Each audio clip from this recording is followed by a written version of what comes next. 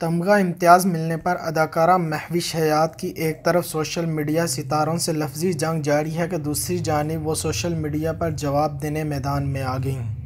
مہوش حیات کا حدود پر ہونے والی مسلسل تنقید پر صبر کا پیمانہ لبریز ہو گیا اور منہ بند کرنے کے لیے کھل کر اپنے جذبات اور احساسات کا اظہار کیا۔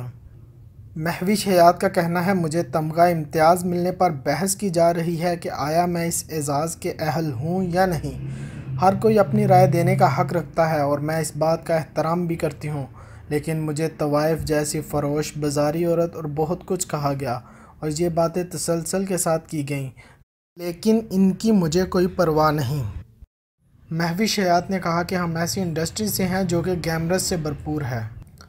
تمغہ امتیاز ملنے کے بعد مجھے طوائف اور بازاری عورت کہا، لیکن اس کا ہرگز یہ مطلب نہیں کہ ہم نے اپنے اقدار کو بھلا دیا۔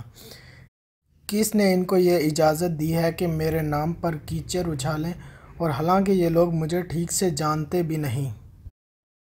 اداکارہ کا کہنا ہے، اعزاز ملنے کے معاملے پر گزشتہ 2 ہفتوں سے جو کچھ ہو رہا ہے اس نے میری آنکھیں کھول دی ہیں، تاہم میں اپنے حامیوں کا شکریہ ادا کرتی ہوں جنہوں نے مجھے مضبوط کیا۔